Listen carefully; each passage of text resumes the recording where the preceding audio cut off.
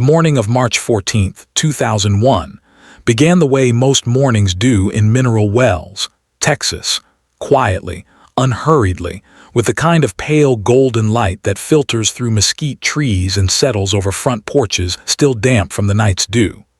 Coffee was brewing in kitchens across town. Children were lacing up sneakers.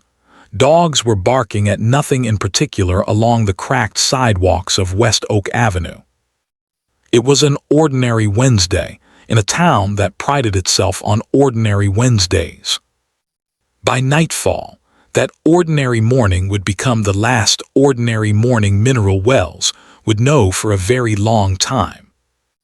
A woman named Sandra Elaine Mercer, 34 years old, a mother of two, a woman known to her neighbors as the kind of person who remembered your birthday and showed up with a casserole when things got hard, did not come home from work. Her car, a faded burgundy 1997 Ford Escort with a broken passenger side mirror, was found 2 days later parked at the far edge of a caliche gravel lot outside the old Brazos River fishing access road, engine cold, purse still sitting in the passenger seat.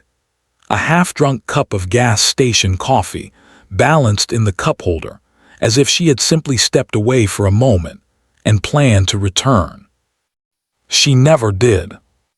And for 22 years, the people of Mineral Wells, Texas, would ask themselves the one question that no official report, no candlelight vigil, no faded missing person flyer stapled to a telephone pole ever fully answered. What happened to Sandra Mercer, and who was responsible for making her disappear? Mineral Wells sits in Palo Pinto County in north-central Texas, roughly an hour's drive west of Fort Worth along Highway 180. In that particular stretch of Texas, where the landscape shifts from the flat urban sprawl of the Metroplex into something older and less certain rolling limestone hills covered in scrub cedar and post oak, dry creek beds that flood without warning, red dirt roads that dead-end into pastureland with no explanation. The town had once been famous in the early 20th century for its mineral water springs, which locals and tourists alike believed held curative powers. The Baker Hotel, an enormous Italianate structure that rose 14 stories above the town's modest skyline and had hosted presidents and Hollywood actors in its heyday, still stood in 2001. Though by then it had been closed for decades, its windows boarded, its grand ballroom full of pigeons and peeling plaster, and the particular silence of things that have outlasted their purpose. By the turn of the millennium, Mineral Wells was a town of roughly 16,000 people navigating the quiet difficulties that come to small American towns when their central identity fades. The military presence at the nearby former Camp Wolters training facility had long since departed. The economy leaned on light manufacturing, agriculture, and the kind of service industry work, convenience stores, feed supply shops, a few diners, that pays just enough to keep people in place. The streets were clean. The churches were well attended. People knew their neighbors by name, which meant that when something went wrong, everybody knew it immediately, and everybody had an opinion. Sandra Elaine Mercer had grown up in Mineral Wells. She had attended Mineral Wells High School, graduated in 1984, worked briefly at a fabric store in Weatherford before returning home in her mid-20s. By 2001, she worked as a medical records clerk at Palo Pinto General Hospital, a position she had held for 6 years. Her supervisor, a woman named Darlene Hutchins, later told investigators that Sandra was meticulous, punctual, and well-liked. "She never missed a day," Darlene would say. "In 6 years, I can count on one hand the number of times she came in late." Sandra had 2 children, Tyler, who was 9 years old in March of 2001, and Kayla, who was 6. The children attended Lamar Elementary School. Their teacher, Mrs. Patricia Eves, remembered both of them as well-adjusted and bright. Tyler quiet and thoughtful, Kayla outgoing and already reading above grade level. Sandra dropped them off each morning at 7:55 and picked them up each afternoon at 3:15. A routine so consistent that Mrs. Eves noted she had never once needed to call home about a pickup. Sandra had been married to a man named Gary Dean Mercer since 1991. Gary was 38 years old in 2001, a self-employed contractor who did residential remodeling work across Palo Pinto and Parker counties. He was physically large, 6 feet 2 inches, 230 pounds by the time investigators later recorded his measurements, with thick forearms and a slow, deliberate way of speaking that some people read as calm and others read as something else entirely. The couple lived in a single-story brick house on Garrett Morris Road, about 3 miles east of the hospital where Sandra worked, at the end of a quiet cul-de-sac with 4 other houses occupied by families who had lived there for years. On the morning of March 14, 2001, the weather across Palo Pinto County was seasonally mild. The overnight low had been 41 degrees, and by 7 in the morning the temperature had risen to 54, the sky a flat, uniform gray that could mean rain or could simply mean overcast, the kind of sky that sits over a Texas morning without committing to anything. Sandra Mercer rose, according to Gary's later account, at approximately 6:15. She showered, made coffee, prepared lunches for Tyler and Kayla, and woke the children at 6:45. Gary told investigators he was awake during this time but did not come to the kitchen. He said he had a job in Stephenville that morning and was reviewing his materials in the bedroom. Sandra drove the children to school, signed them in at 7:58 according to the school's attendance log, a detail that would later matter, and proceeded from Lamar Elementary to Palo Pinto General Hospital, a drive of approximately 8 minutes. Her badge swipe was recorded at the hospital's employee entrance at 8:14 in the morning. She worked her normal shift. She spoke with colleagues. She ate lunch, a sandwich brought from home, eaten at her desk according to the woman who shared her office, a records technician named Brenda Colville. At 3:07 in the afternoon, Sandra swiped out of the hospital.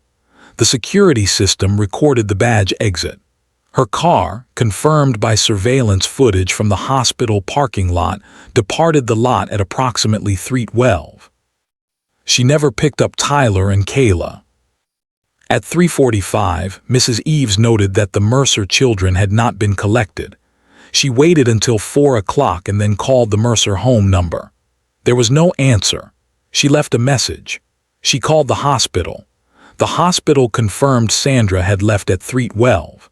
At 4:20, with no response and 2 children sitting in her classroom, Mrs. Eves contacted the school's front office, who in turn called the Palo Pinto County Sheriff's Department. The deputy who arrived at the school, a 9-year veteran named Roy Castillo, transported Tyler and Kayla to the Mercer home on Garrett Morris Road. Gary Mercer's truck was parked in the driveway. Gary answered the door within seconds of the knock, a detail Castillo would note in his report, the door opening so quickly it seemed as if the man had been standing directly behind it. Gary expressed surprise at Sandra's absence, told the deputy he had returned home from Stephenville around 2:30, had not heard from Sandra, and had assumed she was simply running late. He showed no visible alarm. By 6:30 that evening, Sandra had still not appeared.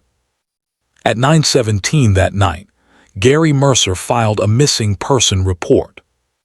The swing set in the backyard hung still in the cold evening air. Tyler's toy truck lay on its side in the driveway where he had left it that morning. The front porch light burned against the dark, and in every window of the house on Garrett Morris Road, the lights were on, as if Sandra Mercer's family was trying to make the house bright enough to guide her home. The search for Sandra Mercer began in earnest on the morning of March 15th, 2001. The Palo Pinto County Sheriff's Department, under Sheriff Ray Alonzo, deployed deputies and requested assistance from the Texas Department of Public Safety. By midday, search teams were operating across three primary areas: the highway corridor between the hospital and the school, the Brazos River access road south of town, and the rural county roads east of Garrett Morris Road. Volunteers from three local churches and the Mineral Wells Volunteer Fire Department joined the effort. At its peak that first weekend, more than 200 people were walking fields, checking creek beds, and pushing through cedar thickets in a coordinated grid search. Local television stations in Fort Worth sent crews. The Mineral Wells Index ran Sandra's photograph on its front page, a smiling image from a birthday dinner the previous year, Sandra in a burgundy sweater, her dark hair pulled back, her two children leaning against her on either side. People who had known her all her life told cameras she was the last person anything like this would happen to. They said she was careful. They said she was smart. They said she would not have gotten into a car with a stranger, would not have simply walked away from her children, would not have left her purse on the passenger seat of a car parked at a Brazos River access road. That car, the 1997 Ford Escort, was discovered by a DPS trooper on the afternoon of March 16th, parked at the far end of a caliche gravel lot at the Miller Creek Fishing Access, approximately 4.3 miles from the hospital on a road that Sandra Mercer had no documented reason to travel on her route from work to school. The engine was cold. The doors were unlocked. Sandra's purse was on the passenger seat, her wallet inside, containing $47 in cash and all her identification. Her hospital badge was clipped to the visor. The half-finished coffee cup from a stop-and-go convenience store still sat in the cup holder. The coffee had been there long enough that the condensation ring beneath it had dried. There were no signs of struggle inside the vehicle. No defensive injuries were ever found because there was no body, not yet. The forensic technicians who processed the car documented the interior meticulously. What they found was almost as notable as what they did not find: a single partial shoe print on the passenger side floor mat, size 10 or 11 men's shoe, which did not match any footwear belonging to Sandra Mercer. A faint smear on the inside of the driver's side door, low, near the latch, which field testing suggested could be consistent with a cleaning product. And the odometer reading, which investigators noted but did not immediately understand. The car had traveled significantly fewer miles from the hospital to the gravel lot than the hospital to access road route should have required, suggesting the car may have been driven somewhere else first and then brought to the fishing access. Those miles, or rather, the absence of those miles, would become a thread that investigators would pull on for years. Clear's throat. Gary Mercer cooperated with the investigation in the early days. He sat for interviews. He provided a timeline of his March 14th, describing his workday in Stephenville, a residential kitchen renovation at a home on Lingleville Road, and his return trip to Mineral Wells. He gave investigators the name of the homeowner he had been working for, a woman named Connie Aldridge. He offered to allow a search of the family home, the truck, and the shop building behind the house. He sat in the interviews with his hands flat on the table, speaking in that slow, measured way, and answered every question. The problem was the small things. Connie Aldridge confirmed that Gary had worked at her house that day. She confirmed he had been there in the morning. She was less certain about the afternoon. Her recollection was that Gary had packed up his tools earlier than usual, possibly around noon, she thought, though she acknowledged she hadn't been watching the clock. She told investigators she might have it wrong. Gary said he had worked until approximately 1:45 before driving the 40 miles back to Mineral Wells. The drive, under normal conditions, took between 45 minutes and an hour. Gary said he arrived home at approximately 2:30. His neighbor, a retired schoolteacher named Morris Pat, who was home that afternoon, told deputies he had seen Gary's truck in the driveway when he walked his dog at roughly 3:15, but had not seen it there when he'd gone to his mailbox around 1:45. Deputies whispered quietly to each other about the gap. There was an hour and a half between when Connie Aldridge believed Gary had left Stephenville and when Morris Patton first saw his truck in the driveway. The drive was 40 miles. Even accounting for a fuel stop, a coffee break, variations in traffic, the math did not absorb that hour and a half comfortably. When investigators asked Gary directly about the timing, he acknowledged the discrepancy with a shrug. He said he might have taken a longer route. He said he might have stopped somewhere, possibly in Weatherford, though he couldn't specifically recall where. He said time was sometimes hard to track when you're driving and thinking about work. The odometer on Gary's work truck was checked. The reading was documented. The investigators compared it to the readings from 2 weeks prior, when Gary had last taken the truck in for service at a tire shop in Mineral Wells. The miles logged did not clearly support either of the routes Gary had described. There were more miles on that odometer than a simple Stephenville round trip should have produced. But odometer readings require precise baseline data to prove anything in court, and the baseline data was imperfect. Clears throat. Those who knew Gary Mercer said different things depending on who was asking and when. Some described him as quiet but decent, a hard worker, a man who kept to himself. Others, mostly women who had known Sandra in the years before, friends from church, co-workers from the hospital, chose their words carefully. They said things like, "Sandra seemed happy." They said things like, "I know they had their ups and downs, but who doesn't?" They said things like, "I always thought she seemed a little careful around him." The careful around him was said softly, with eyes that moved to other parts of the room. A woman named Louise Drummond, who had been Sandra's closest friend since high school, gave investigators a statement in the first week of the search that would become significant years later. Louise said that Sandra had called her approximately 3 weeks before her disappearance and had said, in Louise's recollection, "I've been thinking about changes, real changes. I don't know how Gary would take it." Louise told investigators she had understood Sandra to be referring to the marriage. She said Sandra had not elaborated and had changed the subject. She said she had not pushed, because Sandra was a private person and Louise respected that. She said she now wished, more than anything in the world, that she had pushed. The search continued through March and into early April. Sandra's body was not found. No witnesses came forward to place her anywhere after 3:12 on the afternoon of March 14th. The forensic evidence from the car was insufficient to establish a crime with certainty. The partial shoeprint was inconclusive in terms of source. Gary Mercer retained an attorney, a Fort Worth defense lawyer named Gerald Crane, which was his legal right, and which his attorney framed publicly as a reasonable precaution given the circumstances. By late spring of 2001, the active search had wound down. Tips to the sheriff's department had slowed from dozens per week to 1 or 2 per month.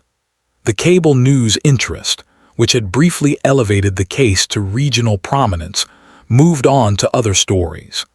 The candles from the vigils outside the Palo Pinto County Courthouse had long since burned out and been swept away. The case file remained open, technically, but the investigation had effectively reached a wall it could not see around, and on the other side of that wall, Sandra Mercer's fate sat in the dark, waiting. The swing in the backyard of the house on Garrett Morris Road continued to hang still. Tyler and Kayla Mercer continued to go to school each morning. And the question, The same haunting question that had hung over Mineral Wells since that flat gray morning in March remained unanswered. Time in a cold case moves differently than time in an ordinary life. For the investigators who cycled through responsibility for Sandra Mercer's file, first Roy Castillo, then a detective named Keith Brower, then eventually a DPS cold case unit that picked up the file in 2007. The case existed as a folder, a number, a periodic obligation to check whether any new information had surfaced. For the community of Mineral Wells, it existed as a shared memory that became less sharp at the edges each year, the way all memories do, until it became less a present weight and more a quiet civic wound, something acknowledged at anniversaries, something that came up when someone's child asked about the missing person flyer they had seen in a photograph from that year. For Tyler and Kayla Mercer, it was neither of those things. Gary Mercer sold the house on Garrett Morris Road in August of 2002, 17 months after Sandra's disappearance. He had told neighbors he needed a fresh start, that the house held too many reminders. He moved with Tyler and Kayla to Weatherford, the Parker County seat 25 miles to the east, near enough to still be considered local, far enough to begin constructing a different daily geography. He enrolled the children in a new school district. He continued his contracting work. Those who saw the Mercer children during those years in Weatherford described Tyler and Kayla in terms that required translation. A teacher at their new elementary school, speaking years later to investigators, said that Kayla had gone through a period of drawing the same thing repeatedly, a figure of a woman, standing alone, surrounded by what appeared to be water or tall grass. The teacher had flagged it with the school counselor at the time. A note had been made. A conversation had been had with Gary, who told the counselor that the children were grieving their mother and that the drawings were to be expected. The counselor had agreed. The note had been filed. Tyler, who was 9 when his mother disappeared, and 11 when the family moved to Weatherford, became a quiet child in the specific way that comes from suppression rather than temperament. His 4th grade teacher had described him, the year after the disappearance, as having a habit of going completely still in moments that other children would have responded to normally, moments of sudden noise, moments when another child cried, moments when the school intercom crackled on unexpectedly. He would simply stop and wait, as if something inside him had learned to pause in the presence of uncertainty. For those who have ever watched a child carry something too heavy for their small frame, this is recognizable. For those who have ever sat in a waiting room that became permanent, where the waiting never resolved into either good news or bad but simply continued indefinitely, the particular suspension the Mercer children lived within begins to be legible. Gary Mercer, by the accounts of those who encountered him in Weatherford, was unremarkable in the way that made people comfortable. He attended his children's school events. He was known to his new neighbors as helpful and handy, the kind of person who would lend you a drill or recommend a plumber. He did not speak about Sandra publicly. When the subject came up, and in the early years it did come up, he expressed the appropriate grief, made the appropriate references to not understanding what had happened, and then moved the conversation elsewhere. He remarried in 2005. Her name was Patricia Ann Hollies, a Weatherford woman who worked as a pharmacy technician. She had 2 children of her own from a previous relationship. Within a year of the marriage, those who knew the family through church and neighborhood interaction described a household that appeared, from the outside, settled and functional. Clear's throat. But from inside the marriage, something was different. Patricia Ann Mercer, who later spoke extensively to investigators, described a marriage that began with warmth and gradually revealed something underneath. She described Gary as a man who needed to account for all time, not just his own, but hers, who asked, with precise frequency, where she had been, who she had spoken with, what the precise nature of her conversations had been, who became, when she could not produce satisfying answers, not loud but cold in a way that she found more alarming than loudness would have been. She described a man who, on one occasion, had taken her car keys from the bowl by the front door and put them in his truck without explanation, and who, when she asked about it that evening, had looked at her for a long moment before producing them with an expression she could not fully characterize, but that she remembered clearly years later. She described a man who never spoke about Sandra Mercer. Not in grief, not in anger, not in the exhausted, ambiguous way of a person who has processed something without resolution, simply never, as if Sandra had not existed or had existed in some compartment that Patricia was not given access to. For those who have ever doubted someone they love, not in a sudden, definitive way, but in the slow accumulation of small wrongnesses that add up over time, Patricia Mercer's account is familiar in its architecture. The doubts did not announce themselves. They arrived the way groundwater rises in a basement, gradually, without a single obvious cause, simply present one day in a way they had not been the day before. Patricia and Gary Mercer separated in October of 2010. She filed for divorce in February of 2011. During the divorce proceedings, which were moderately contentious, Patricia spoke to her attorney about her concerns. Her attorney, doing what attorneys in such proceedings sometimes do, made a phone call that would eventually make its way to the right desk. That phone call was to a private investigator with connections to former DPS personnel. That private investigator had a colleague who knew a cold case analyst at the DPS regional office in Garland. The Mercer file was sitting in a filing cabinet in that office. The analyst's name was Diane Cortez. She had been assigned to cold case review work for 3 years and had worked through more than 400 files during that time. She was methodical in a way that her colleagues sometimes described as almost uncomfortable to witness. She would fix on a detail the way a person fixes on a word they cannot remember, not releasing it until something resolved. She had read the Mercer file twice previously. When she read it a third time, in the spring of 2011, with Patricia's divorce attorney's concerns framed as new context, she stopped at the odometer notation and sat with it for a long time. She pulled the original tire shop service record from Mineral Wells. She pulled the documented reading from the truck examination conducted in March 2001. She began, quietly and methodically, making calls. New evidence does not always announce itself with a burst of light. Sometimes it arrives as a discrepancy that was always there, waiting for someone patient enough to follow it to its conclusion. Diane Cortez was patient.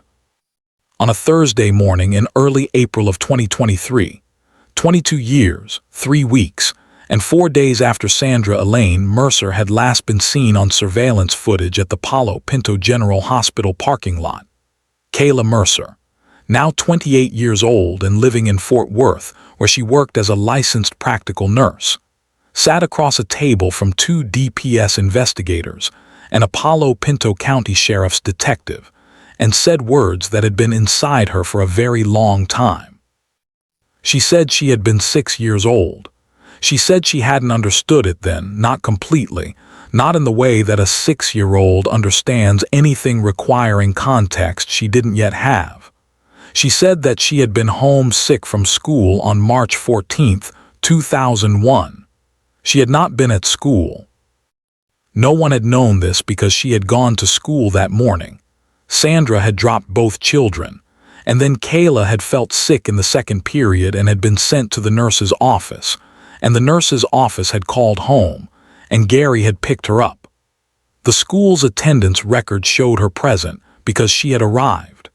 The nurse's log from that day, which the investigation had never specifically requested, showed a pickup at approximately 10:15 in the morning. Gary Mercer had taken Kayla home from school. Kayla had spent the morning and early afternoon in the house on Garrett Morris Road, sick, sleeping in her room. She was a 6-year-old child. She had not fully understood what she had seen and heard. But she had always remembered it. Clears throat.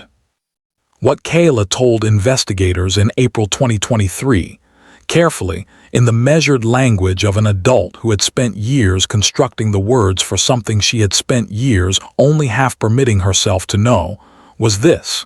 She had woken up at some point in the early afternoon.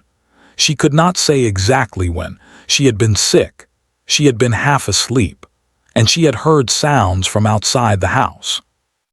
She said it had been her father's voice, and another voice, a woman's voice, and then her father's voice again, louder than the first time. She had gotten up and gone to her bedroom window, which looked out onto the back of the property, where the yard gave way to a dry creek bed that ran behind the houses on Garrett Morris Road. She had seen her father's truck backed up to the edge of the yard. She had seen her father.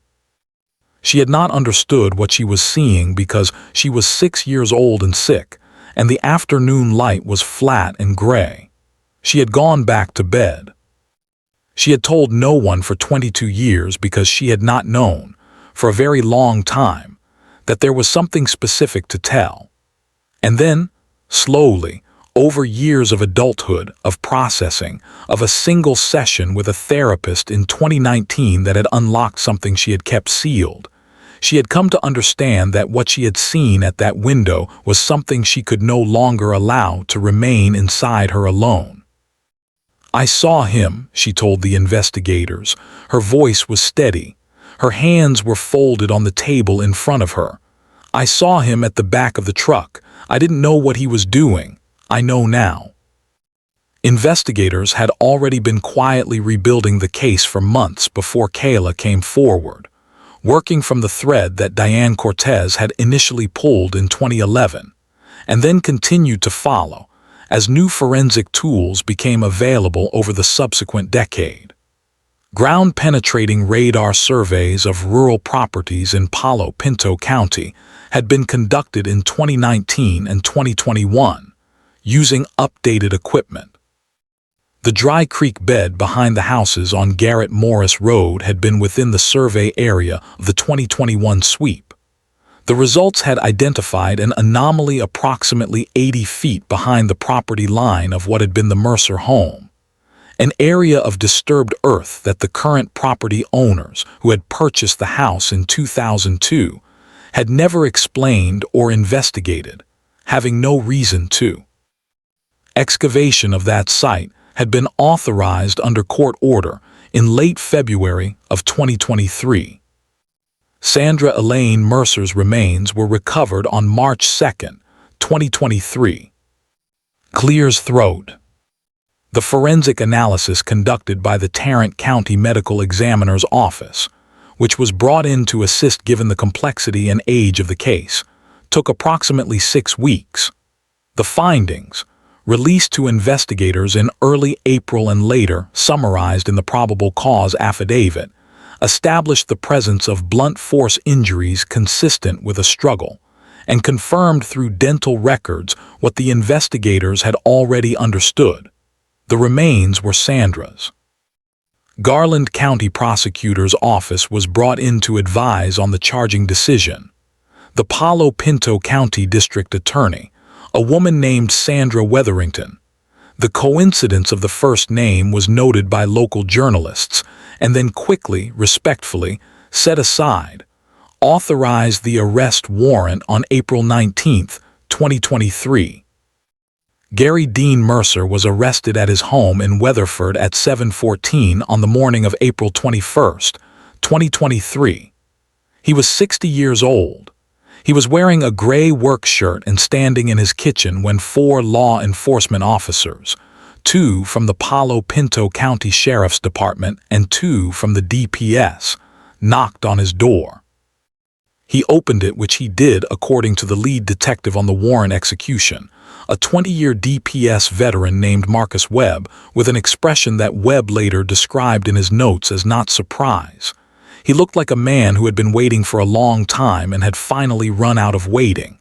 He stepped back from the door. He said nothing for a long moment, and then he said, "Am I being arrested?" And Marcus Webb said yes. And Gary Mercer said, "All right then." And he put his hands behind his back. He was transported to the Palo Pinto County Jail and charged with the homicide of Sandra Elaine Mercer. He entered a not guilty plea at arraignment. The news broke across North Texas within hours. The Fort Worth Star-Telegram ran it on its digital front page by noon. By evening, the National Wire services had picked it up. The story moved through mineral wells with the particular speed that news moves through small towns, phone call to phone call, front porch to front porch, arriving at each destination already slightly transformed in the telling. People who had suspected Gary Mercer for 22 years said they felt something they hesitated to call relief, because Sandra was still gone, and relief felt wrong in the face of that. What they described instead was closer to a release of pressure, a thing they had carried so long they had stopped noticing its weight, setting it down at last. People who had known Gary in Weatherford, who had seen him at church and at their children's school events, and at the hardware store on Saturday mornings for 15 years, said they could not reconcile the person they knew with what they were hearing. One neighbor, a man named Dale Erickson, who had lived 3 houses down from Gary and Patricia on the Weatherford Street, told a local reporter, "He was the last person I would have thought. He was just a regular guy." And then, after a pause, "I guess that's what everybody always says, isn't it?" Yes, that is what everybody always says. Patricia Ann Mercer, who had been divorced from Gary for more than a decade by the time of the arrest, issued a brief statement through her attorney expressing deep sorrow for Sandra's children and family, and for Sandra herself. She said she had known something was wrong. She said she was glad the truth had surfaced. She said she hoped Kayla and Tyler could find some peace. Clears throat. Tyler Mercer, 31 years old at the time of the arrest, working as a mechanic in Abilene and raising a 4-year-old son of his own, did not issue a public statement. Those who knew him said he had been unreachable for days after the news. A family friend described him as somewhere he needed to be, processing it in private. He appeared at the first pretrial hearing in June of 2023, sitting in the second row of the courtroom gallery, wearing a white button-down shirt, his jaw set, watching his father at the defense table with an expression that the journalist sitting beside him later described as one of the most composed and simultaneously devastated faces she had ever seen in a courtroom. The defense attorney, a Weatherford-based criminal attorney named Robert Finch, who had taken over from the firm originally engaged, argued in preliminary hearings that the evidence was circumstantial, that Kayla's recovered memory, developed over years and ultimately articulated in a therapy setting before being brought to law enforcement, carried inherent reliability questions, and that the physical evidence from the excavation site, degraded after more than 2 decades, could not definitively establish the manner or perpetrator of the harm. These are legal arguments that exist within the American justice system for legitimate reasons, and they were made within that system's framework. The prosecution's case rested on the convergence of evidence. Kayla's testimony, the odometer analysis which had finally been resolved through meticulous reconstruction of Gary's documented movements across multiple sources, the physical recovery of Sandra's remains from a location directly accessible from the back of the property Gary had controlled, and the finding that the soil disturbance at the recovery site was consistent with activity predating the current owner's purchase in 2002. As of the completion of this account, The case against Gary Dean Mercer was moving through the Palo Pinto County court system. Trial had been scheduled, continued, and rescheduled across the subsequent months, the ordinary machinery of the legal process grinding forward in its unhurried way. Sandra Elaine Mercer's family had been informed of each development. Sandra had been given a proper burial in Mineral Wells in the summer of 2023, at a private service attended by her children, her surviving sister, Louise Drummond, and a small gathering of people who had loved her. The Baker Hotel still stood at the center of Mineral Wells, its 14 stories of peeling grandeur unchanged, its boarded windows opening onto nothing. The town had grown somewhat quieter over the years, the population shifting, the old downtown adapting into the specific Texas small-town combination of antique stores, barbecue joints, and the kind of hardware store that has been in the same family for 3 generations. The missing person flyer with Sandra's photograph, the smiling birthday photograph in the burgundy sweater, had been taken down from its last remaining telephone pole years ago. But those who had known her, Louise, Darlene Hutchins, Mrs. Patricia Eves, who had waited with Tyler and Kayla in that classroom until a deputy came, had not forgotten. They had spent 22 years carrying the specific weight of unresolved truth, and now that truth had a shape, and the shape was terrible, and also, in its terrible way, it was something. It was more than they had had. The crack in a cold case is not always dramatic. It is not always a deathbed confession or a criminal's fatal mistake. Sometimes it is a 6-year-old child who looked out a bedroom window on a gray afternoon and saw something she did not understand, who grew up and lived her life and carried what she had seen like a stone in her chest for 22 years, until one day she sat across from a therapist in a plain office in Fort Worth and said the words that began, "There is something I have always remembered." That is how the truth finally arrived in Mineral Wells, Texas, not with a bang, with a grown woman's voice, steady and clear, saying what she had always known. Closing. There is a particular kind of community wound that never fully closes, the kind that comes from learning that the thing you feared most was, in fact, true. Mineral Wells had lived with the uncertainty of Sandra Mercer's fate for 22 years. In some ways, that uncertainty had been a mercy of sorts. As long as nothing was definitively known, something else was still possible. The truth, when it came, extinguished that merciful ambiguity and replaced it with grief of a sharper, more specific kind. And yet every person who spoke about the case in its aftermath, from Kayla and Tyler Mercer to the investigators who had spent years on the file to the neighbors who had watched and wondered from a distance, said some version of the same thing. It was better to know. Even if knowing was terrible, it was better to know. Sandra Elaine Mercer was 34 years old. She was methodical and punctual and well-liked. She made lunches for her children and remembered her neighbors' birthdays and showed up with casseroles when things got hard. She drove a faded burgundy Ford Escort with a broken mirror and left a coffee cup half full in the cup holder. And she loved 2 children who grew up without her and carried her with them anyway, into every ordinary day of their extraordinary, hard-won lives. She deserved better than what happened to her, and she deserved to be known. If this story mattered to you, subscribe and hit the bell. Share the episode. Someone somewhere may still be waiting to be heard.